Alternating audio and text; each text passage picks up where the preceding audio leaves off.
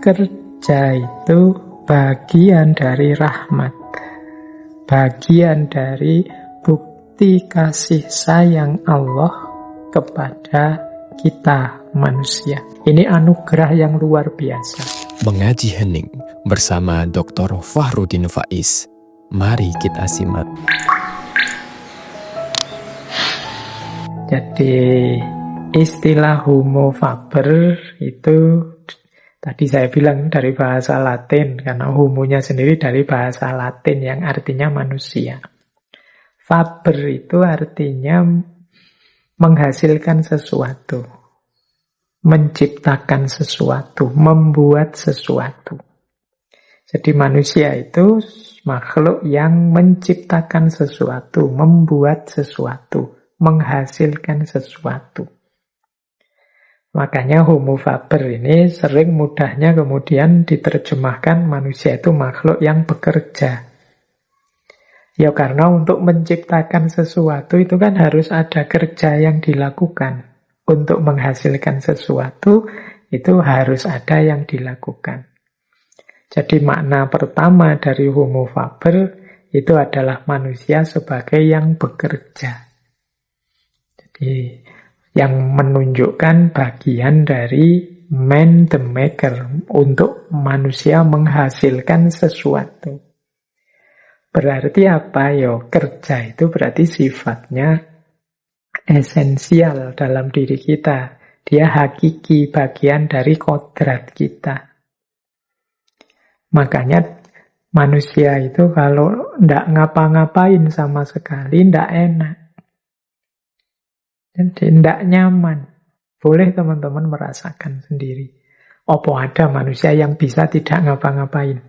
Pasti dia ngapa-ngapain. Yo, Pak, tapi kan saya punya teman pengangguran, Pak, ndak bekerja. Ya pengangguran dalam arti profesi yang dikenal, atau mungkin kerjanya ndak menghasilkan uang, atau dia ndak jadi pekerja di mana. Tapi kan ndak mungkin ada orang itu ndak punya kesibukan sama sekali.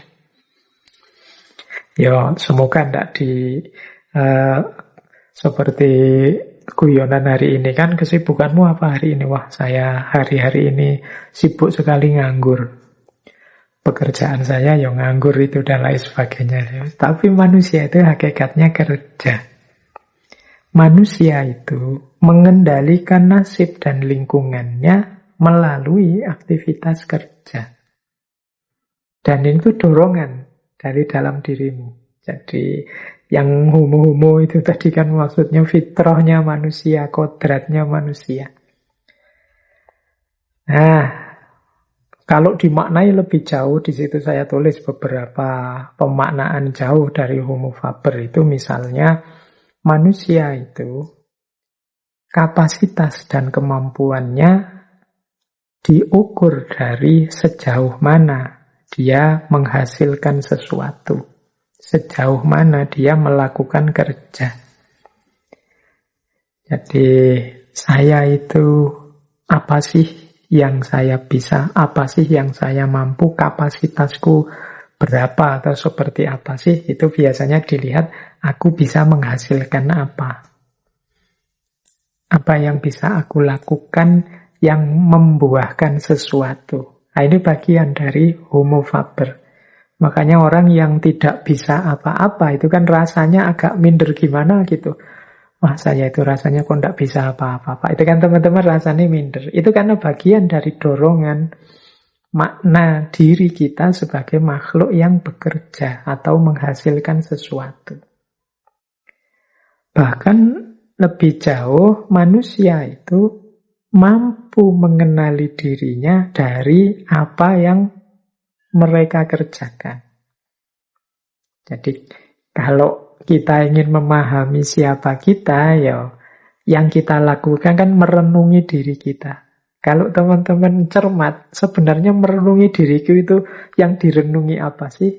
Sebagian besar bahan atau materi renungan itu adalah apa yang kita kerjakan, apa yang kita lakukan. Kalau teman-teman bertanya pada diri sendiri, siapa sih aku itu? Itu kan teman-teman membaca apa yang aku lakukan selama ini. Jadi kita itu mengenali diri kita dari apa yang sebelumnya kita kerjakan. Aku kok orangnya gerusa-gerusu ya, aku kok orangnya lambat ya, aku kok orangnya tidak sabaran ya, aku kok orangnya... Ini kan kualitas-kualitas dari kerja, aktivitas sehari-hari yang kita lakukan. Jadi itu antara lain makna dari homo faber. Nah, selanjutnya manusia juga secara umum menilai hidup ini dari apa yang mereka kerjakan. Jadi nilai-nilai kemanusiaan itu banyak dikaitkan dengan apa yang dikerjakan oleh manusia. Jadi baik, buruk, benar, salah. Kalau dalam agama itu ada halal, ada haram. Itu kan semuanya bersentuhan dengan hidup, cara manusia menjalankan hidupnya, beraktivitas.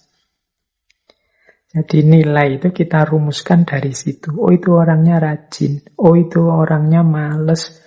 Oh, kalau yang seperti itu tidak boleh, itu merusak. Oh, kalau yang begini bagus, ini sesuatu yang misalnya menginspirasi. Oh, ini itu sebenarnya semuanya berhubungan dengan kerja. Nah, itu makna homo faber.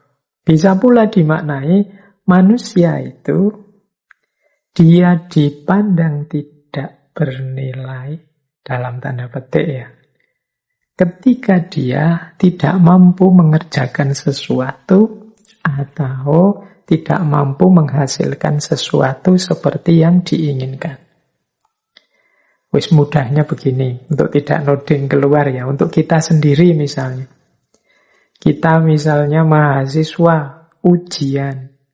Kok ya ujian kita tidak bisa nggarap, tidak bisa mengerjakan tugas dari dosen. Wah, saya tidak mampu ini. Itu kan kita merasa kecewa dengan diri kita. Karena tidak mampu melakukan kerja tadi. Saya tidak punya arti lagi. Kita terus memandang rendah diri kita kayak kemarin-kemarin di identitas kemarin banyak kita jelaskan. Nah, ini kan menunjukkan betapa memang manusia itu homo faber. Kalau dia merasa tidak mampu melakukan kerja, dia menganggap dirinya tidak berarti. Nah, lebih jauh bahkan ternyata perubahan-perubahan yang terjadi dalam diri kita itu juga hasil dari kerja. Jadi kita ini, diri kita seperti apa konstruksinya hari ini, itu adalah buah dari kerja yang kita lakukan. Berpikir, merenung itu penting, tapi jauh lebih berpengaruh kerja yang kita lakukan, tindakan yang kita lakukan. Kita berpikir tentang, wah, ini baik, itu baik. Menurut saya membantu orang lain itu utama. Menurut saya gotong royong itu bagus. Menurut saya hidup tertib itu bagus. Itu kalau cuma dalam pikiran, dia tidak membawa pengaruh besar untuk hidup kita. Tapi pengaruh besar itu tampak ketika kita mewujudkannya dalam kerja, dalam tindakan yang sifatnya aktual sehingga melahirkan sesuatu. Jadi kerja itu selain mungkin melahirkan tujuan dari kerja itu sendiri, nantinya efek kerja itu juga membentuk diri kita sebagai pribadi. Nah, nanti ada banyak uraian tentang itu di belakang. Bahkan, ya kalau diuraikan lagi lebih jauh, dunia ini, alam semesta ini berkembang itu juga karena hasil karya, hasil kerjanya manusia. Jadi kalau kita sering mendengar istilah hidup ini kan berkembang, hidup ini kan dinamis, itu sebagian besar perkembangan dinamika itu buah dari kerja dan karya manusia. Jadi ini Salah satu anugerah Allah yang luar biasa pada manusia selain animal rasional atau homo sapien atau berpikir tadi, itu juga termasuk kerja. Jadi di antara penciri khususnya manusia ya di aspek kerja ini. Baik, itulah makna-makna dari homo faber. Jadi kalau ada yang tanya, Pak, kok yang diangkat malah tema kerja sih Pak untuk memahami hakikat diri? Ya karena memang bagian dari kedirian manusia itu ya aspek kerja ini. Meskipun saya tahu di pikiran teman-teman kalau saya ngomong kerja itu mesti yang terbayang kerja apa, saya besok profesiku apa, saya harus melamar kerja kemana, kan hanya itu. Makanya sering orang kemudian merasa tidak nyaman ketika membahas kerja ini karena diasumsikan kerja itu mesti nanti menyinggung diriku yang masih nganggur atau yang masih gamang dengan kerjaku di masa depan, profesiku di masa depan. Ya, semakin kita pahami nanti kan kita semakin pas cara memposisikan dunia yang kita labeli dengan istilah kerja ini. Jadi tidak masalah ya teman-teman, justru kegelisahan atau ketidaknyamanan ketika membahas tema kerja ini menunjukkan betapa memang ada semacam dorongan kodrati dalam diri kita, setiap manusia, untuk menghidupkan unsur kerja sebagai bagian dari tugas dan amanat kita di muka bumi. Ada banyak perspektif sepanjang sejarah yang membahas tentang hakikat kerja. Ini ada beberapa, sejak zaman dulu itu ya sudah banyak pemikir-pemikir, bahkan pandangan-pandangan tentang nilai kerja termasuk dari agama. Misalnya ini beberapa catatan saya ya. Ada beberapa agama yang menganggap kerja itu sebagai bentuk hukuman dan pertanggungjawaban manusia. Jadi ada pandangan bahwa manusia itu dulunya di surga, tapi karena melakukan dosa kesalahan akhirnya dia diturunkan ke bumi. Loh kalau dia dulu di surga kan enak, apa-apa terjamin. Pingin apa saja terpenuhi. Tapi begitu dia turun ke bumi, tidak bisa seperti di surga lagi. Akhirnya ya untuk memenuhi kebutuhannya, dia harus bekerja. Dia harus bersusah payah. Nah ada yang bilang ya ini konsekuensi dari dosa yang dia lakukan. Jadi kerja itu ya hukuman. Salahi sendiri dia berdosa. Nah, ada pandangan yang seperti itu. Jadi kerja itu hukuman dan sekaligus pertanggungjawaban manusia di muka bumi. Nah, jadi kerja juga bagian dari tanggung jawabnya manusia. Ada juga pandangan begitu. Jadi manusia itu kan di muka bumi ini tidak kok hidup untuk senang-senang saja. Ada banyak tanggung jawab yang harus dia pegang. Dan itu tidak mungkin terpenuhi kalau dia tidak mau melakukan apa-apa. Dia tidak mau kerja. Jadi kerja itu ada yang bilang hukuman, ada yang bilang tanggung jawab. Ada pula pandangan yang bilang kerja itu bagian dari panggilan Tuhan. Jadi kerja itu sesuatu yang suci. Kerja itu satu bentuk pengabdian manusia terhadap hidupnya. Jadi bekerja itu sama sucinya, seperti orang yang berdoa. Bekerja itu sama sakralnya. Kalau dalam Islam kan aktivitas apapun, kerja apapun yang kita lakukan, kalau niatnya lillahi ta'ala, itu dia nilainya ibadah. Itu sama-sama sakral. Ada banyak cerita kalau teman-teman mungkin pernah mendengar atau membaca hadis yang menceritakan bagaimana Rasulullah mengkritik, mengingatkan sahabat yang hidupnya untuk ibadah terus, tidak mau kerja. Atau juga pernah Rasulullah mengingatkan seorang sahabat yang waktunya orang kerja dia di masjid. Terus waktu ditanya, lah hidupmu yang nanggung siapa? Yang nanggung saudaranya. Maka terus Rasulullah bilang, wah saudaramu lebih mulia. Ibadahnya bisa terhitung lebih banyak daripada kamu. Karena kerja itu ternyata untuk memenuhi kebutuhan itu juga bagian dari ibadah. Jadi kerja ternyata juga termasuk panggilan Tuhan. Ini perspektif yang lain. Nah, ada juga satu masa, satu fase sejarah manusia yang menganggap kerja, apalagi kerja fisik, apalagi kerja keras, itu hanya untuk orang-orang yang levelnya rendah. Nah, jadi ada pandangan tentang strata-strata manusia. Ada manusia level tinggi, ada manusia level rendah.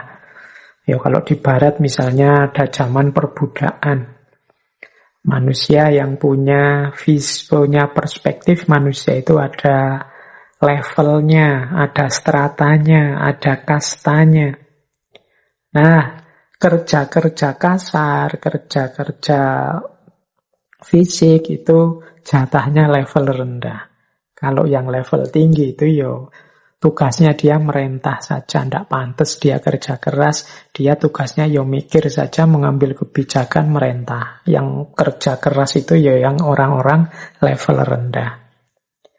Jadi ada babak sejarah manusia yang punya pandangan seperti itu. Jadi macam-macam ternyata perspektif tentang kerja ini. Dalam Islam, kerja itu setidaknya punya 5 hakikat, 5 esensi. Yang 5 ini, yang pertama adalah rahmat, yang kedua adalah amanat, yang ketiga ibadat, yang keempat takhalluk, dan yang kelima izzah. Yang pertama, kerja itu bagian dari rahmat, bagian dari bukti kasih sayang Allah kepada kita manusia. Jadi bersyukurlah kita semua manusia oleh Allah diberi kapasitas untuk melakukan kerja dengan segala kecanggihannya, dengan segala kerumitannya, dan lain sebagainya. Ini anugerah yang luar biasa, aspek rahmat ini. Bagi teman-teman yang sehari-harinya sudah sibuk dengan aneka macam kerja, bersyukurlah, karena itu berarti Allah masih sayang dengan kita. Allah masih memperhatikan kita sehingga terbuka kesadaran kita untuk melakukan kerja-kerja.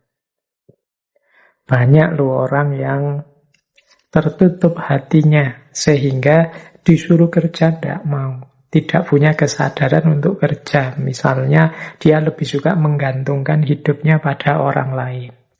Berarti kita yang terbuka hati kita, terusik ketenangan kita untuk terdorong melakukan kerja demi kerja, itu berarti masih mendapat rahmat, mendapat sayangnya Allah.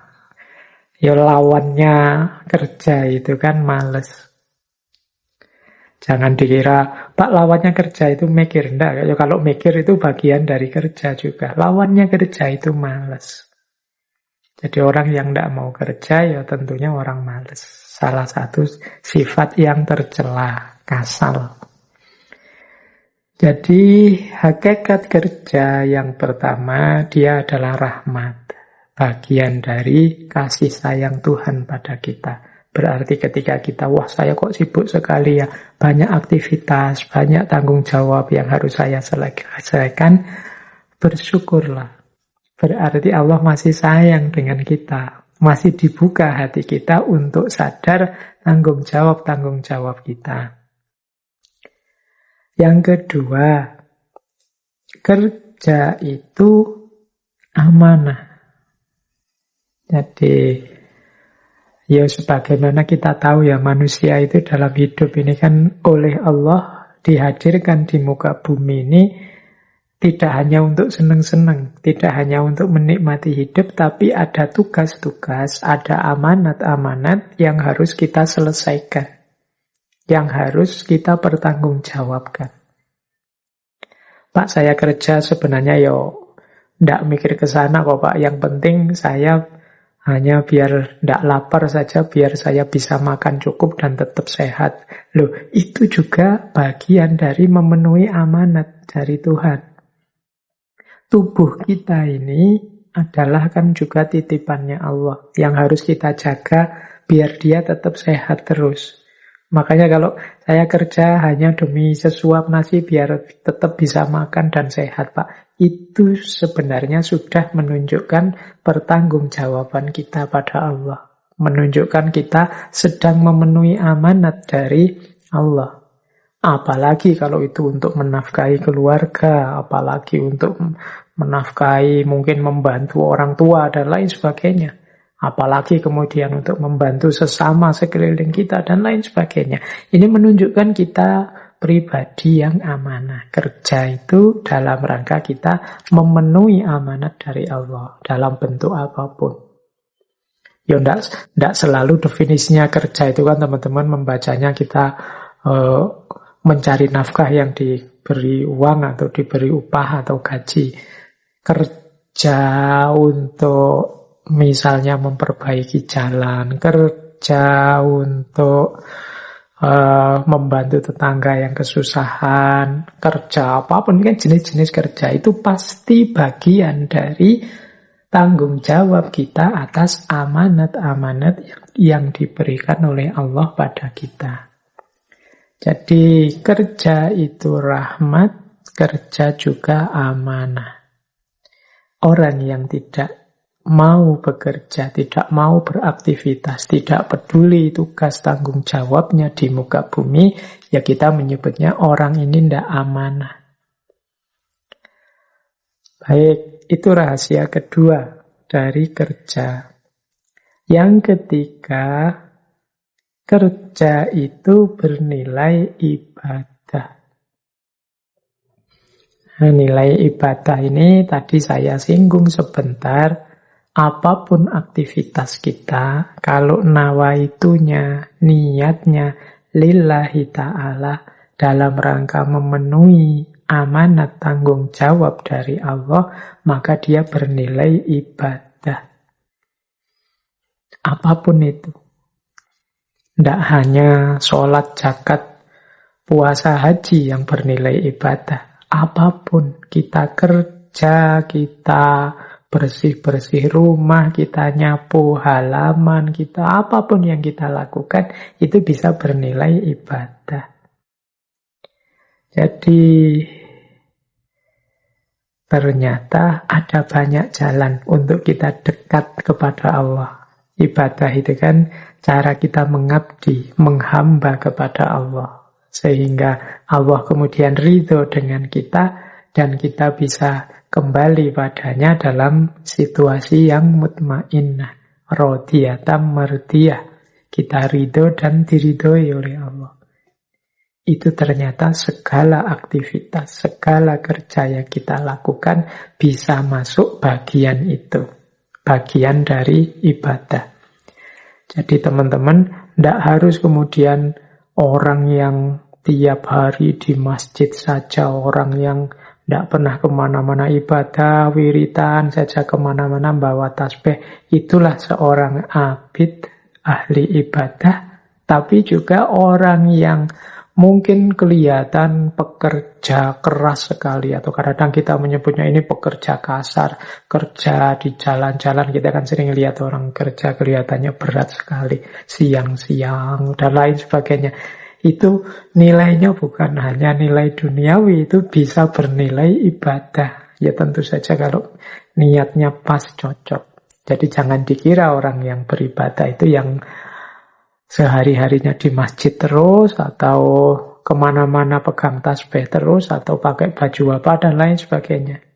Segala aktivitas bisa bernilai ibadah. Segala kerja bisa bernilai ibadah. Nah, itu rahasia yang ketiga. Rahasia yang keempat dari kerja adalah takhalluk. Takhalluk itu mungkin kalau pakai bahasa Indonesia itu diterjemahkan pembentukan karakter, pembentukan akhlak. Jadi kerja itu membentuk diri kita, membentuk karakter kita. Itu takhalluk namanya. Jadi kita kan selama ini berpikir manusia itu dibentuk oleh ideal-ideal atau pikiran-pikirannya, atau rujukan-rujukannya. Ya sebagian mungkin benar seperti itu, tapi jangan lupa ketika manusia menerjemahkan ideal-ideal tadi dalam kenyataan, itu justru yang dia lakukan dalam kerja konkret ini yang lebih membentuk dirinya. Jadi kita terbentuk oleh kerja yang kita lakukan. Misalnya teman-teman melakukan secara terpaksa karena sekarang zaman corona, kemudian kuliahnya atau banyak kerja kita dilakukan secara online, daring. Sehingga sekarang kesibukan kita itu banyak sifatnya lewat HP, lewat laptop, dan seputar itu. Loh, gaya hidup kita, kepribadian kita, pola hidup kita, itu kan akhirnya pelan-pelan tercetak sebagai manusia yang bergaya hidup digital.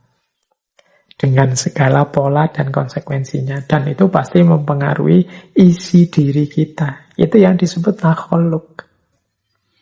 Jadi kalau dulu akhlak adab di dunia nyata, sekarang mungkin agak beda. Akhlak adab di dunia maya.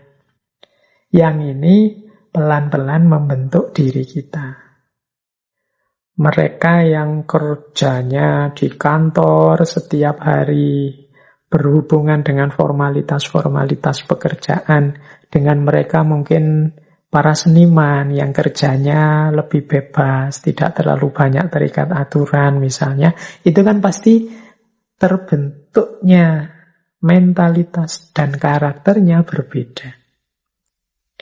Jadi karena manusia itu kan banyak dipengaruhi oleh lingkungan yang berputar di sekeliling dia. Termasuk kerja-kerja yang dia lakukan. Jadi rahasia yang keempat dari kerja, kalau menurut agama ya takhalluk. Makanya penting kita memastikan kerja yang kita lakukan itu sesuatu yang baik, sesuatu yang benar, sesuatu yang pantas, berakhlak dan beradab. Karena pada gilirannya kerja itulah yang membentuk diri kita menjadi dasar eksistensi kita. Sering saya sampaikan bahwa manusia itu hakikat dirinya itu bukan sesuatu yang harga mati. Dia terbentuk oleh kebiasaan-kebiasaan. Ya kebiasaan itu kan berarti aktivitas-aktivitas, kerja-kerja yang dia lakukan secara rutin dan kontinu. Orang yang terbiasa bohong, ya dia jiwanya terbentuk jadi pembohong. Yang aktivitas kerjanya menuntut dia sering bohong, terbentuk jadi pembohong. Demikian juga sebaliknya. Inilah yang dimaksud bahwa kerja bernilai takhalluk. Yang kelima, kerja juga berhubungan dengan izzah, kehormatan diri. Jadi, status kita di tengah masyarakat. Ini seperti yang kita jelaskan tadi ya sebelumnya, bahwa kerja itu berpengaruh terhadap pengakuan, penerimaan, dan status kita di tengah masyarakat. Jadi kerja itu punya unsur izzah. Di tengah masyarakat kan sering dianggap tidak utama atau dianggap tidak pantas kok ada orang misalnya tanggung jawabnya banyak, sudah punya warga atau anak yang jadi tanggungannya, tapi kok dia malah tidak mau kerja. Itu kan statusnya rendah di tengah masyarakat. Atau orang yang tergantung pada orang lain, tidak bisa memenuhi kebutuhannya sendiri, menunggu pemberian orang lain. Nah, ini orang seperti ini itu bisa kehilangan harga dirinya, kehilangan izzahnya. Maka di antara rahasia dan makna kerja itu izzah. Orang yang banyak kemampuan, banyak kebiasaan, aktif melakukan berbagai aktivitas, itu keberadaannya lebih diakui di tengah masyarakat.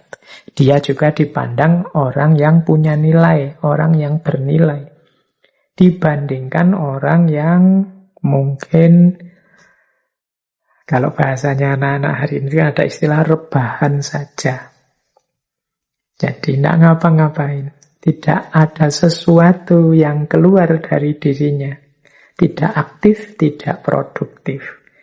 Ini di tengah masyarakat itu mungkin dia dianggap, kalau bahasa Arab itu ada pepatah wujuduhu ka'adamihi. Wujuduhu ka'adamihi itu dia ada atau keberadaannya dianggap tidak ada. Jadi dia ada dianggap tidak ada. Wujud tapi dianggap adam. Adam pakai ain ya, bukan pakai alif. Nanti disamakan dengan Nabi Adam. Adam itu artinya tidak ada. Jadi wujuduhu ka'adamihi itu keberadaannya sama seperti dia tidak ada. Kamu ada atau tidak nambah apa-apa. Tidak memberikan apa-apa, tidak berkontribusi apa-apa. Mungkin karena malas, karena tidak mau ngapa-ngapain. Itu kan izzah, harga diri. Tidak enak kan kita kalau dipandang rendah oleh orang lain seperti itu. Terima kasih sudah menyimak.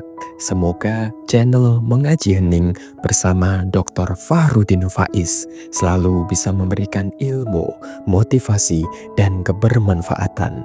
Salam sehat dan bahagia.